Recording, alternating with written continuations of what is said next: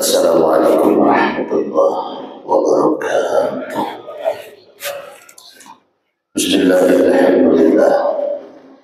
Allahumma salli wa sallim ala sayyidina Muhammad bin Abdullah wa ala alihi wa sahbihi wa mawalah, amma ba'd.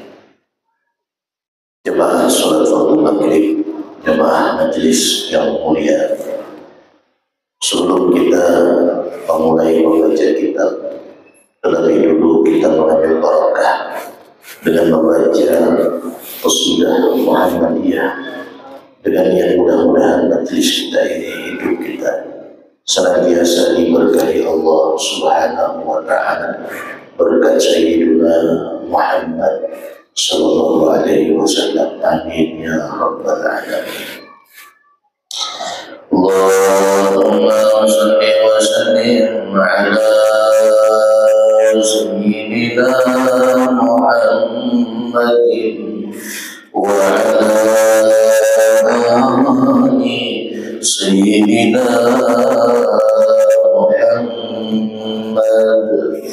Ya Rabbi bil Mustafa ballighna qasidana waghfir lana ma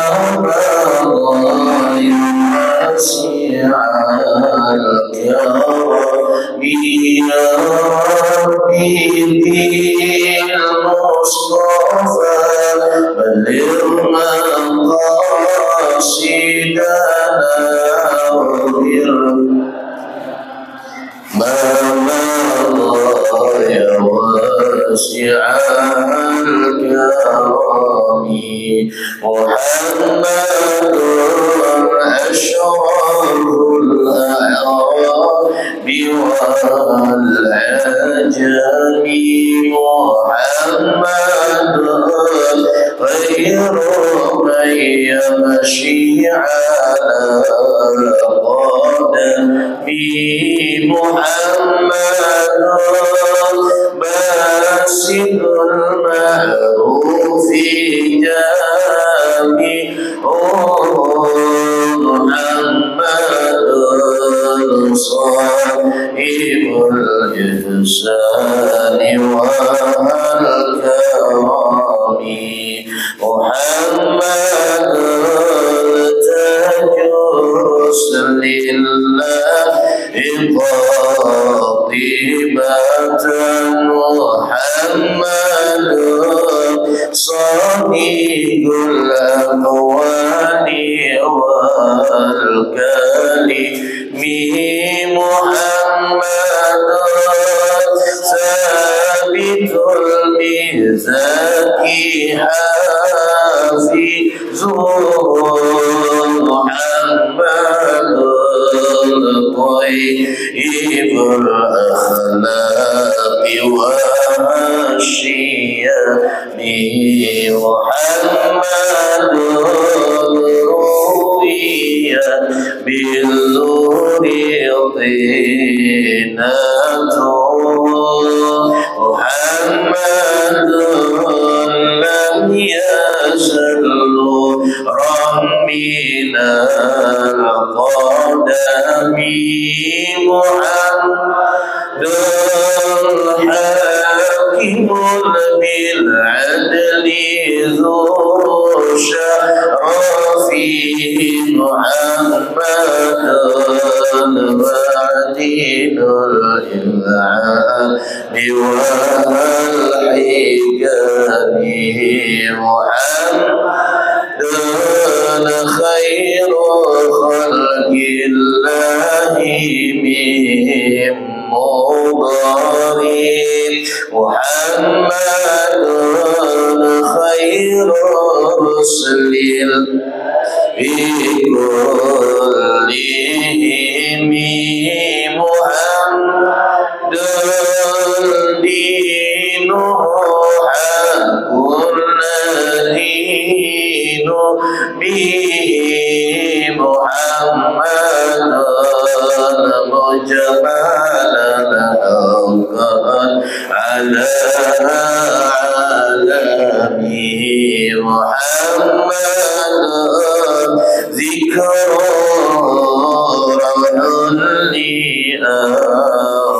لأنفسنا محمد شكر فرض على الأمم محمد زينة الدنيا وبهجتها محمد آشف الغمات والظلم محمد سيد طابت مناقبه محمد صغره الرحمن بالنعم محمد صفوة الباري وخيرته محمد طائر من سائر التهم محمد كل ضيف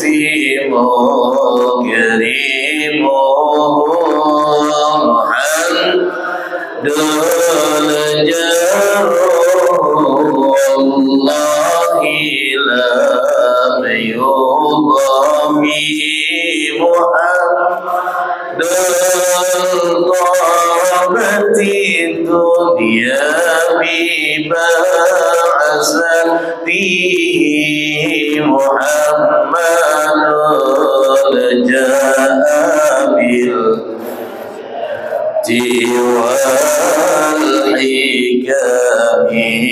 والحكم محمد يوم بعث الناس شافعنا محمد روح الهادي إلى ظلم محمد قال لاهي ذو إمام محمد خاتم للرسل كلهم يا ربي بالمصطفى قاصدنا واغفر لنا ما مضى يا واسع الكرم يا ربي بالمصطفى بلغ مقاصدنا واغفر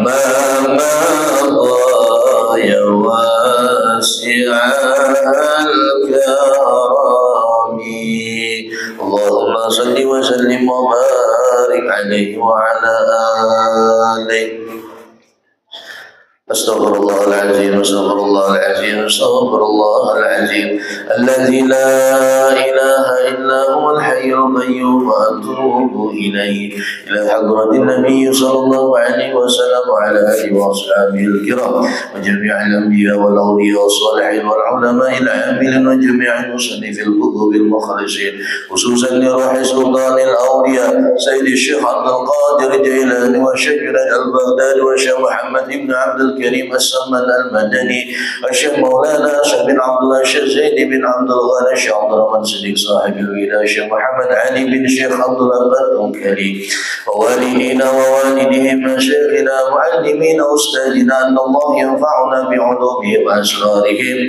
ويعين علينا وأولادنا ذريتنا من بركاتهم شيء لله لنا ولهم الفاتحة.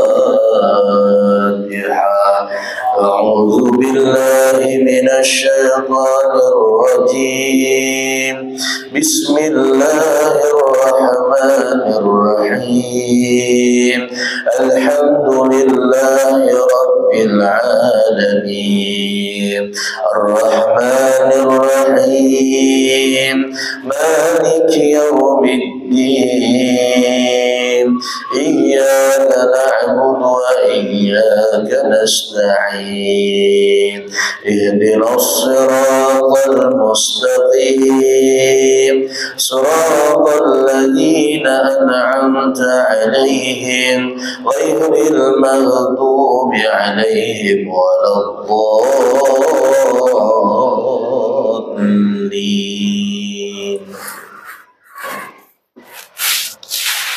بسم الله الرحمن الرحيم الحمد لله رب العالمين اللهم صل وسلم على سيدنا محمد الفاتح لما أغلق والخاتم لما سبق نصير الحق بالحق والهدي إلى صراطك المستقيم وعلى آله وصحبه حق قدره ومقداره العظيم. قل سبحانك لا علم لنا إلا ما علمتنا إنك أنت العليم الحكيم لا حول ولا قوة إلا بالله العلي العظيم.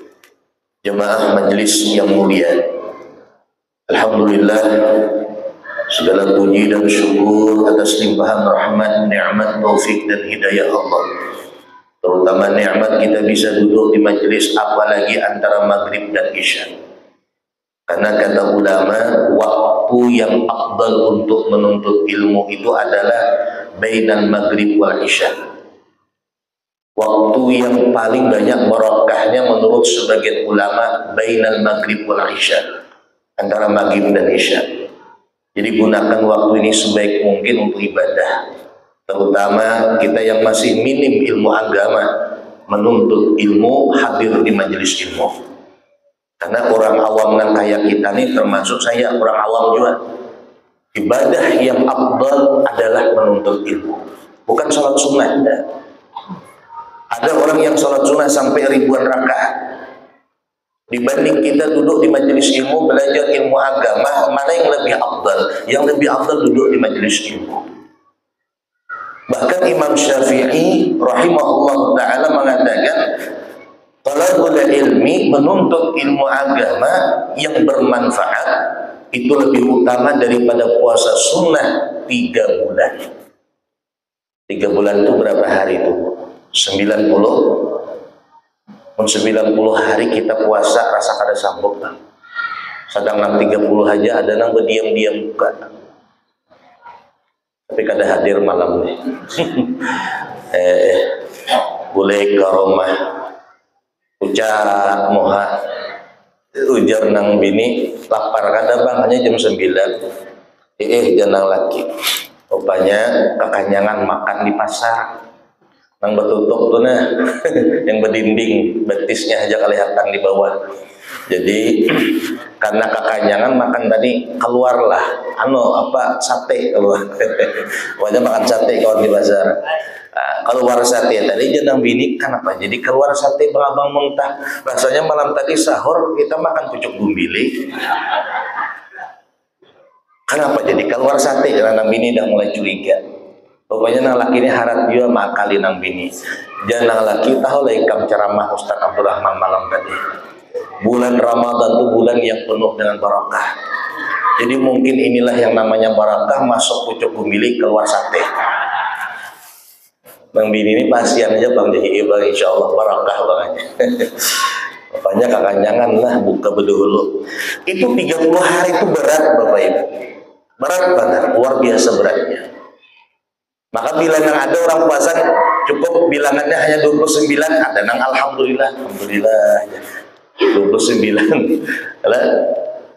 Nah apalagi sampai 2 bulan 60 hari, apalagi sampai 3 bulan. Imam Syafi'i rahimahullah berkata, apa ajar beliau?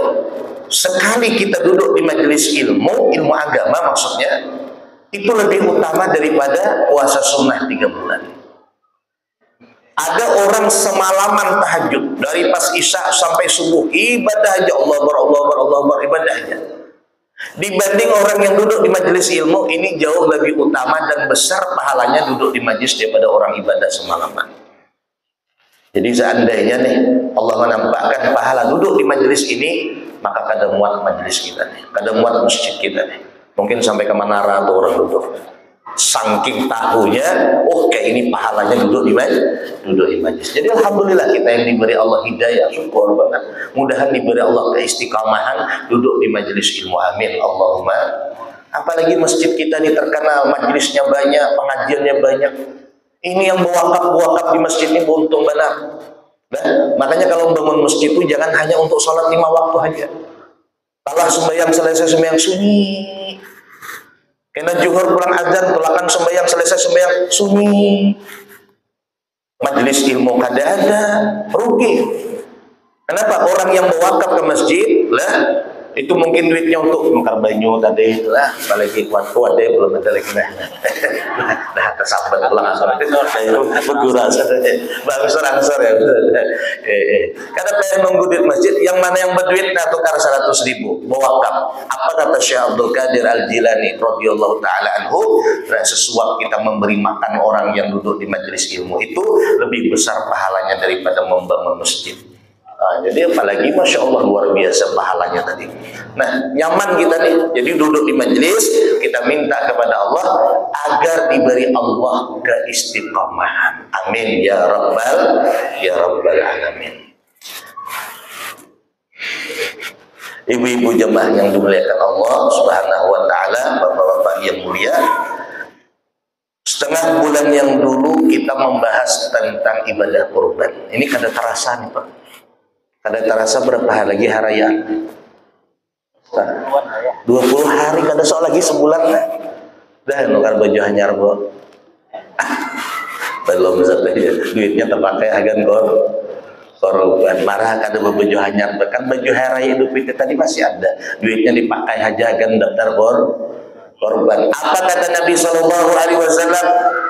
Siapa yang menunaikan ibadah korban pada hari raya korban, satu helai daripada bulu hewan korbannya Allah catat 10 pahala. Allah hapus 10 dosa, Allah angkat 10 derajat.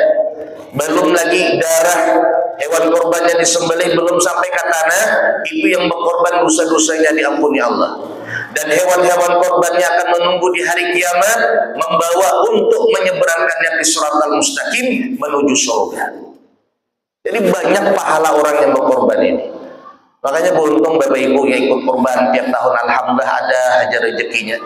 Ya, ada aja rezekinya. Kalau perlu memang istilahnya tadi, kalau kada tapi berduit benar marah, ini tahun ini abahnya, tahun nanti umahnya, tahun nanti anaknya. Kalau seandainya kada tapi berduit benar nah. Tapi kalau berduit sekeluargaan dapat. Satu lampu tadi untuk satu keluarga 7 orang. Nah, ini mantap lagi. Lah, makin gemuk lampunya, makin besar lampunya, makin abal, makin utama. Apalagi nanti sampai seton lah, seton berapa? Seton lebih itu Masya Allah. Lah, minimal kita biasa, yang biasa-biasa 60-70 kilo, ya. Nah, hati lembu tadi atau hati kambing yang dijadikan korban itu dipotong 7, dibelah 7, nanti dimasukkan ke dalam plastik jatah yang berkorban. Jadi kita yang berkorban itu Bapak Ibu sunnah memakan daripada hati hewan korbannya, walaupun sedikit dalam keadaan masak. Jangan dalam keadaan mentah. Apa Ustaz tafsirnya, tafaulnya kenapa disuruh memakan hati daripada hewan korban? Nah, ujar Nabi, supaya yang berkorban itu hatinya tambah bersih. Hatinya tambah bersih. Lah, itu kenapa kita disuruh memakan daripada hati hewan korban. Dan yang berkorban haram hukumnya menjual daripada daging atau kulit atau apakah daripada hewan korbannya itu. Nah, biasanya kita kalaulah selesai nyembelih itu ada yang menyiangi kulitnya. Nah, biasanya ada sebagian masjid itu kulitnya itu diserahkan atau disedekahkan. Boleh nggak disedekahkan? Boleh kan Pak?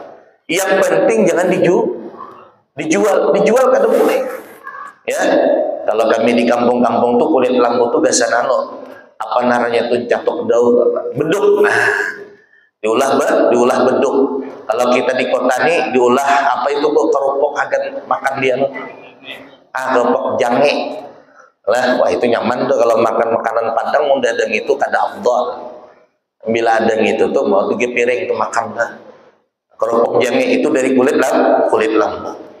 Nah, jadi kalau anak tuh disedekahkan silahkan kada apa-apa, dihadiahkan. Yang penting jangan dijual. Nah, orang yang kaya dapat jatah daging korban, orang miskin dapat jatah daging korban, dan yang berkorban pun makan daging korbannya, sunnah hukumnya. Cuman hati-hati kita, kadang-kadang kita kada sadar kita ini berkorban hukumnya korban wajib, nazar. Contoh misalnya, aku mau tahun nih anakku lulus ujian ini, aku 4 korban. Lulus wajibnya berkorban, dan itu namanya korban wajib, bukan korban sunnah. Nah, kalau korban wajib artinya korban nazar, maka yang berkorban itu haram memakan dagingnya. Dan orang-orang yang ditanggung nafkahnya haram juga memakan dagingnya, anaknya, bininya tidak boleh makan dagingnya itu.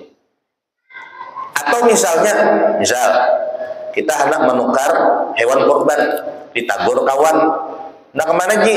Ke sana cari lembu korban, cari lembu untuk korban, ya, atau cari sapi untuk korban. Maka ketika kata-kata cari sapi untuk korban, maka itu nazar tuh, artinya wajib sudah hukumnya. Jadi kayak Ustaz, nah bagusnya itu, abdalnya kalau orang nanya, hendak kemana Ji? Hendak ke sana cari hewan korban sunnah. Jadi kalau bisa kata ulama, sunnahnya itu diucapkan, ya, diucapkan. Atau misalnya gini, kalau tahun ini anakku lulus ujian, aku berniat korban sunnah, itu kada wajib hukum, ya. Atau misalnya kalau tahun ini, kalau bulan ini tirip kelapa, tirip niur sampai duitnya 20 juta, aku mau ikut korban sunnah. Walaupun tadi kayaknya janji lah, mirip-mirip janji lah, tapi ada bahasa di belakangnya, aku berniat korban sunnah, maka tetap korban sunnah. Tapi kalau kada disebutkan sunnahnya, maka wajib hukumnya. Nah, jadi bedanya kalau kita korban sunnah itu ya korban biasa, yang berkorban boleh makan dagingnya lah, bahkan sunnah hukumnya. Ada yang nanya, Ustaz, bolehkah daging korban diberikan ke non muslim? Ada nambah takun, di manakah itu bertakun? Bolehkah Ustaz? Di dalam kitab I'anatul Talibin, daging korban itu hanya dibagikan kepada lil muslimin, orang-orang Islam. Lil muslimin, orang-orang Islam, itu dalam kitab I'anah. Tapi ada keterangan yang lain, ada yang membolehkan, dan itu jatuhnya hadiah sedekah.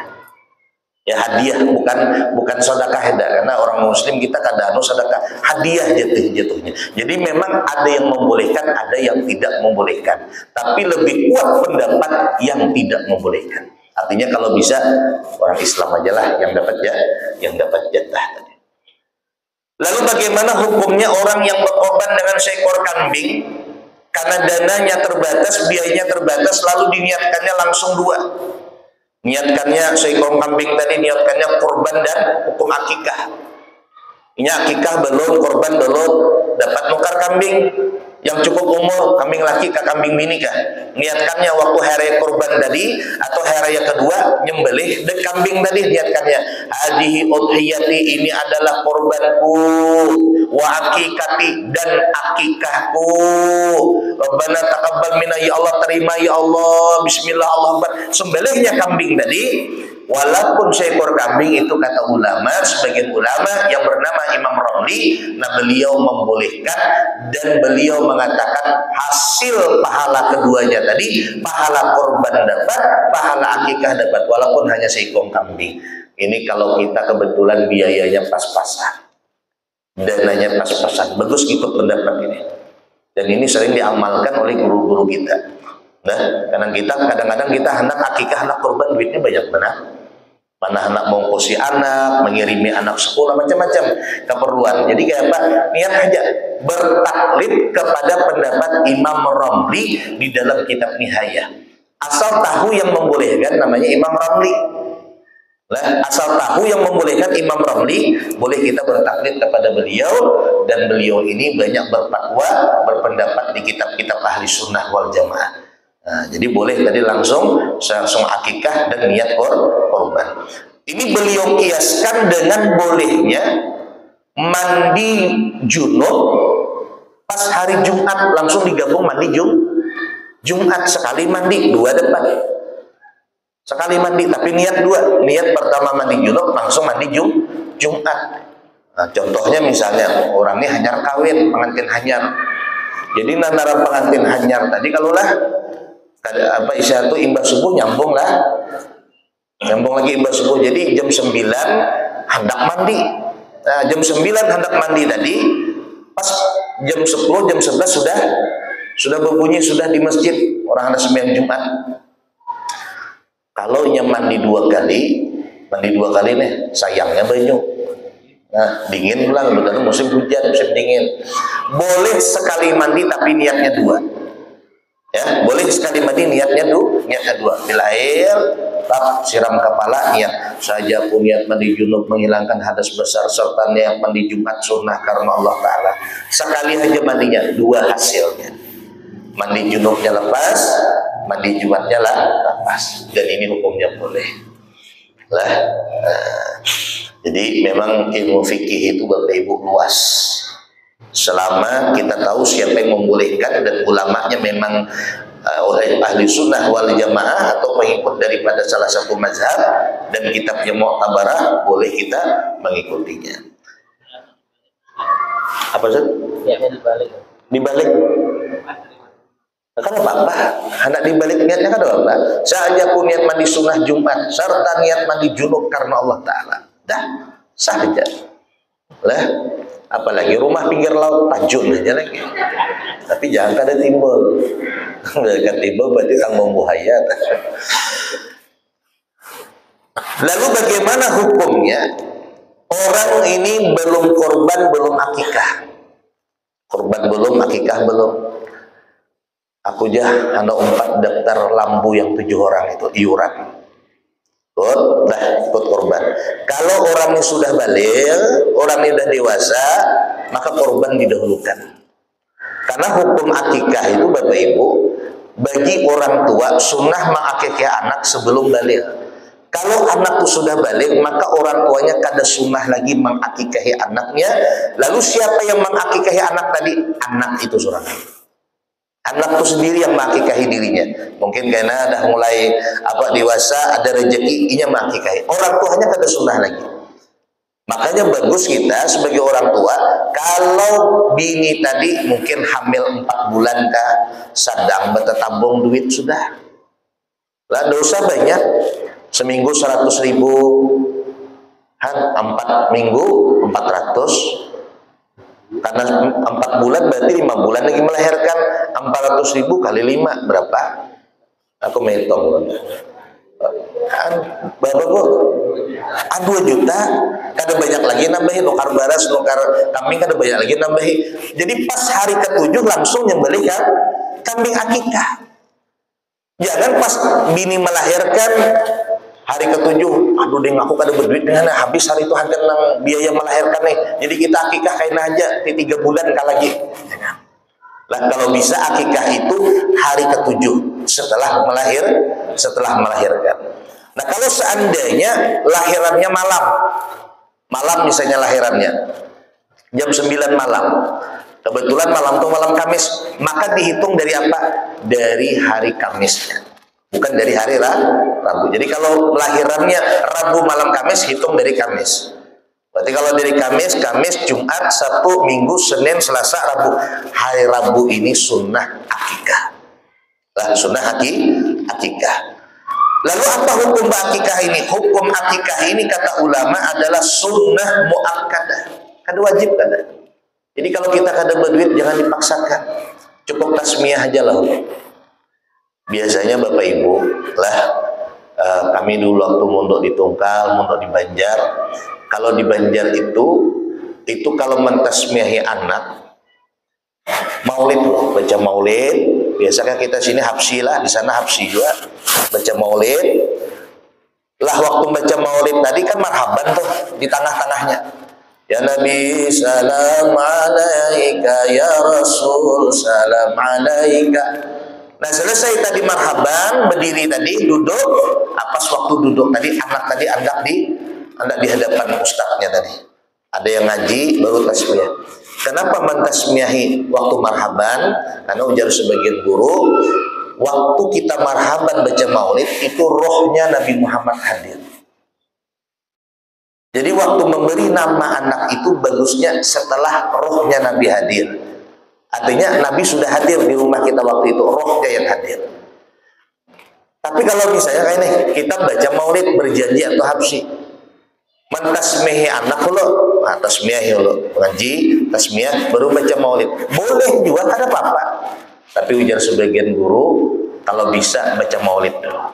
Baca maulid dulu dari awal, ya Rabbi sholli ala Muhammad, nanti marhaban, ya Nabi salam, udah selesai marhaban duduk, nah baru suruh siapa yang ngaji, nanti baru tasmiyah anaknya. Itu lebih utama karena kata beliau, rohnya Nabi Muhammad waktu marhaban tadi itu sudah masuk ke dalam rumah kita, ambil barakah. Tapi kalau belum dibaca maulid, roh Nabi Muhammad belum hadir. Dan kita yakin itu Pak, lah, karena Nabi Muhammad itu hanya pindah alam saja. Rohnya ada di mana-mana, terutama di hati orang yang mencintai beliau. Di antara orang yang mencintai beliau adalah orang yang membaca maulid Nabi Shallallahu Alaihi Wasallam. Nah, bahkan di Banjar itu ada mentasmihi anak pas waktu marhaban. Jadi waktu berdiri, Sallallahu ala Muhammad, Sallallahu Alaihi Wasallam, Sallallahu ala Muhammad, berdirian atas tasmihi anak. Di tasmiyah, udah selesai tasmiyah baru ya Nabi. Jadi waktu berdiri itu mentasmiyahi. Nah, ini mantap lagi karena waktu berdiri tadi rohnya Nabi Muhammad hadir lah. Nah, jadi bukan berarti kadang boleh kita sebelum baca maulid tasmiyah anak, boleh. Cuman afdalnya, lebih utamanya karena kita ingin ngambil berkah kehadiran rohnya Nabi Muhammad sallallahu alaihi wasallam. Dan tidak boleh mengakikahi anak itu dengan harta daripada anak itu. Tidak boleh. Anak ini lahir, hari kedua lahir, abahnya meninggal. Otomatis kan anak ini dapat warisan. Jadi jangan mamanya, ini hari ketujuhnya aku anak mengakikahi anak. Tapi jatah warisan anaknya, abahnya meninggal tadi, haram hukumnya, tidak boleh. Jadi kalau anak mengakikahi anak, jangan pakai duit anak itu. Tapi pakai duit kita sebagai wali atau sebagai orang tua. Tetapi tiada sunnah baginya mengerjakan akikahnya, melainkan jika ia kaya, mampu. Kalau orang ini miskin, fakir, tidak sunnah bakikah anak. Jadi jangan dipaksa. Kalau kita kadang mampu makai anak, tak mampu nyembelih kambing, lah maka cukup tadi tasmiyahi aja anak tadi, tasmiyah barang yang ulah nasi sepiring buai lah, mun intalu mahal balah 4 banyak dekatnya tanah. Ada apa-apa, yang penting tadi ada makanannya kan, banyak sambalnya, jadi kepedesan yang makan, lawas makannya. Lalu apa hikmah kita mengakikahi anak? Nabi Shallallahu Alaihi Wasallam bersabda, al-ghulamu murtahanun bi akikatihi. Bermula anak-anak itu tergadai dengan akikahnya. Meriwayatkan akan hadis oleh Imam Turmudi, artinya anak yang belum diakikahi tergadai, artinya anak itu di hari kiamat tidak bisa memohonkan syafaat untuk orang tuanya. Hanya diantara keistimewaan kita kalau diisi anak, itu anak di akhirat kita bakal memintakan ampun, memohonkan syafaat untuk kita sebagai orang tua. Tapi anak itu harus diakikahi. Ini bagi yang mampu. Nah kalau orangnya kada mampu, kada apa-apa. Orangnya fakir, orangnya miskin, jangan dipaksa. Cukup tasmiyah saja. Dan bermula waktu yang afdal untuk menyembelih akikah itu yaitu pada hari ke-7. Dan jika tiada disembelih akikah pada hari yang ke-7, maka hendaklah dikerjakan akan dia pada hari yang ke-14. Nah, jadi hari ke-7 ada sempat hari ke-7 tambah lagi 7 berarti hari ke-14. Tambah 7 lagi hari ke-21. Nanti waktu tasmiyah ibu-ibu, bapak tasmiyah anak kan biasanya tuh ada dalam talam halus, talam kecil tuh. Ada di situ gunting, ada nior anom. Lah, apalagi Pak? Ada lilin. Jadi suatu takut nih kawan yang pakai lilin, "Pak, kenapa lilin nih?" Anu saja dilikit apinya, amunnya pajah kadap anak ganal kena.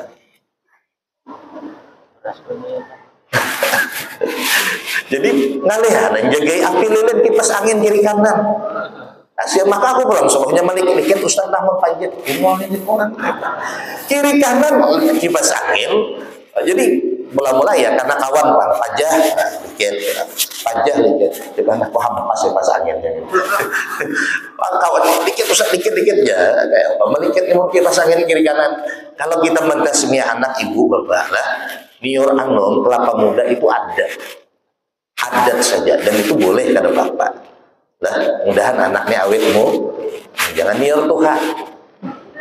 Niur Tuhan kita ancap Tuhan. Nah, dan ingat kalau masak hewan apa masak daging akikah itu kata ulama sunnah hukumnya rasanya manis. Sunnah rasanya manis. Kenapa Ustaz daging akikah itu sunnah dimasak dalam keadaan manis? Tafaul ambil barakah. Mudahan anak itu manis. Lah mukanya manis, senyumnya manis, dompetnya manis. Ya, keringatnya manis. Tapi kalau ibu masak daging akikah masif, kebanyakan garam, dikatakan anak sudah gagal gitu. Aduh, mukanya masam, palohnya masam, ketiaknya masam juga. Semuanya masam gara-gara umahnya salah memasak waktu hari itu kemasinan setengah kilo mandeki garam. Ada ingat lagi, habis tensi nang tulak semuanya. Nah, jadi sunnah hukumnya kalau masak daging akikah itu beda dengan daging-daging yang lain Pak. Kalau kita masak daging akikah sunnah dalam keadaan manis artinya rasanya tak manis lah. Jangan pulang nang sekilo numpai gula juga. Kira-kira manis lah terasa ini manis sudah cukup sudah sunnah. Dan sunnah hukumnya tulang daripada hewan akikahnya itu jangan dipecah. Kadang-kadang kita pecah campur daging supaya banyak dapatnya. Ada cukup tulang campur daging, tumpahinya pulang kantang nang halus. Jadi pas waktu acara nang jemaah nang datang tadi, maaf mencari dagingnya. Bila menyindok, tersindok kantang halus. Rupanya tuan rumah dagingnya tuh dipataknya. Ini yang parah nih. Ya Allah, tuh kena anak tuh pemalar dagangan.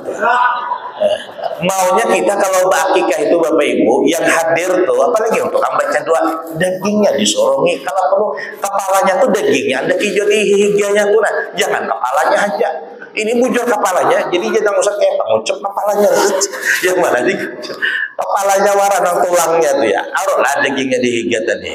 Nah, jadi yang namanya kita baruhan nih lah apalagi baruhan maki anak kalau bisa tamu tuh istimewa Pak kita biarlah kalau perlu jangan disimpan lah kantangnya ada keluarkan dagingnya keluarkan karena makin kita pemurah ketika maki kayak anak insya Allah anak kita tuh jadi orang kaya jadi orang sugih pemurah nanti sudah ganap.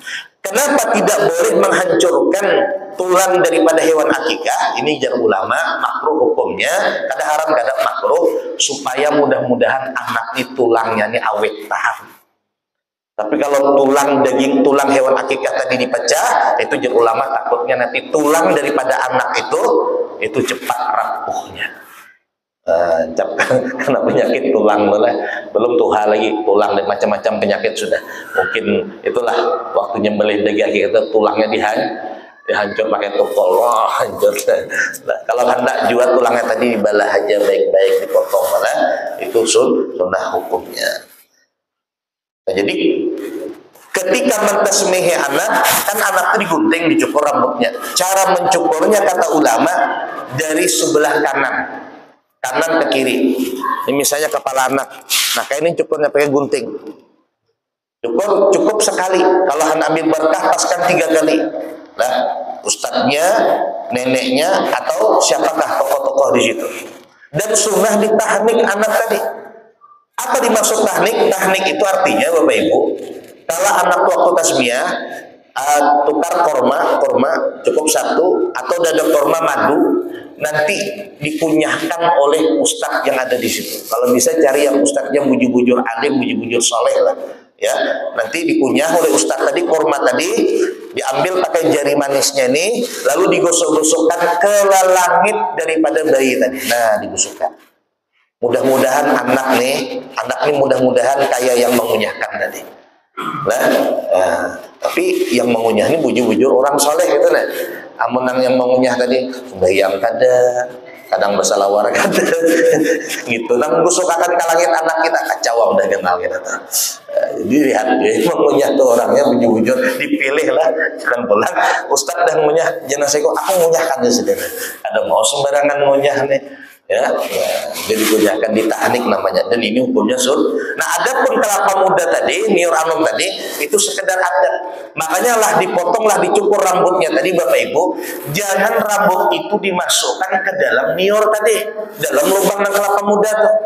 Rambut itu disunahkan ditaruh dalam wadah atau kertas, nanti dibungkus, disimpan. Nah, besok-besoknya datangi toko emas. Datangi toko emas, suruh yang tukang jual emas itu timbang rambut anak kita tadi. Timbang berapa gram kalau ukuran emas, sekian gram. Nah, ini tanya berapa duitnya kira-kira. Ujian tukang jual emas ini kira-kira duitnya 30.000 lah. Nanti duitnya 30.000 tadi Pak, sesuai dengan timbangan rambut anak-anak tadi, duit 30.000 tadi disedekahkan kepada fakir miskin. Insya Allah anak itu menjadi orang soleh nanti. Tapi kalau diangkat ke dalam niur, kayak apa? Ambilnya habis tambur rambutnya di situ. Jadi itu caranya tadi. Jadi rambutnya ditimbang di timbangan emas. Yang paling afdal lagi Bapak Ibu ada dalam kitab keterangannya 40 rabu dari mulai anak itu lahir, 40 rabu dipotong, dicukur, simpan dalam wadah, nanti minggu depan rabu cukur lagi, sekali gunting jadilah, simpan dalam wadah sampai 40 rabu. Nanti setelah 40 rabu baru rambutnya ini ditimbang di timbangan emas. Nanti berapa, tanya duitnya kira-kira berapa, sekian ribu misalnya, berapa 150.000, nanti disedekahkan ke orang soleh atau ke fakir miskin. Insya Allah anak kita itu jadi orang soleh. Tapi 40 rabu. Kalau seandainya rabu yang ke-30 lupainya, maka diulang dari awal. Itu diantara cara mudah-mudahan anak kita menjadi orang soleh insyaallah. Ala hadhihi al-Fatihah. Bismillahirrahmanirrahim. Alhamdulillahirabbil alamin. Iyyaka na'budu wa iyyaka nasta'in. Ghairil maghdubi 'alaihim waladdallin. Amin. Bismillahirrahmanirrahim. Alhamdulillahirabbil alamin. Allahumma shalli wa sallim ala sayyidina Muhammad wa ala ali sayyidina Muhammad. Allahumma ighfir lana ma akhtana wa ma ta'ammadna wa ma asrarna wa ma a'lanna wa ma anta a'lamu bihi minna, antal muqaddim wa antal muakhir, la ilaha illa anta muqallibal qulub, sabbit qulubana ala dinika wa ala ta'atik. Subhanaka Allahumma bihamdik, nashhadu an la ilaha illa anta, nastaghfiruka wa natubu ilaik. Wa sallallahu ala sayyidina Muhammad wa ala alihi wa sahbihi wa sallam. Walhamdulillahi rabbil alamin. Taqabbalallahu minna wa minkum. Wassalamualaikum warahmatullahi wabarakatuh.